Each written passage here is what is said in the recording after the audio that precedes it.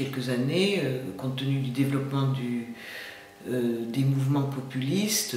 Il y a eu très nombreux ouvrages qui sont sortis sur la question, mais peu d'ouvrages publiés en France ont essayé de faire le point sur ce qui se passait dans différents États de l'Union européenne.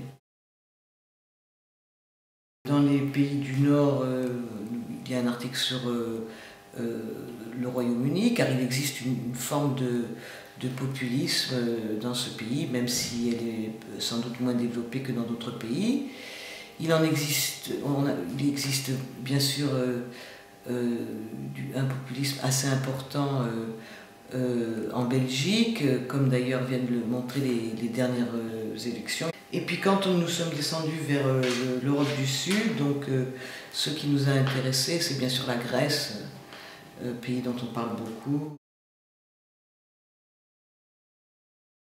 Nous savons tous que la vieille Europe est soumise à de grands bouleversements qui sont un peu liés aux grands bouleversements de l'économie mondiale, à des pressions d'immigration très très fortes, qui sont, je pense, peut-être la première raison de la montée des populismes dans l'Union européenne.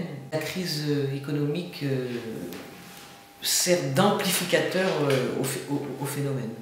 Les pays émergents, finalement, assez vite vont ressortir de la crise et renouer avec la croissance, mais la situation est très différente dans la vieille Europe. La pire des solutions, ce serait des solutions proposées par certains partis populistes, comme par exemple en France le parti de Marine Le Pen, qui voudrait bien qu'on en revienne au protectionnisme.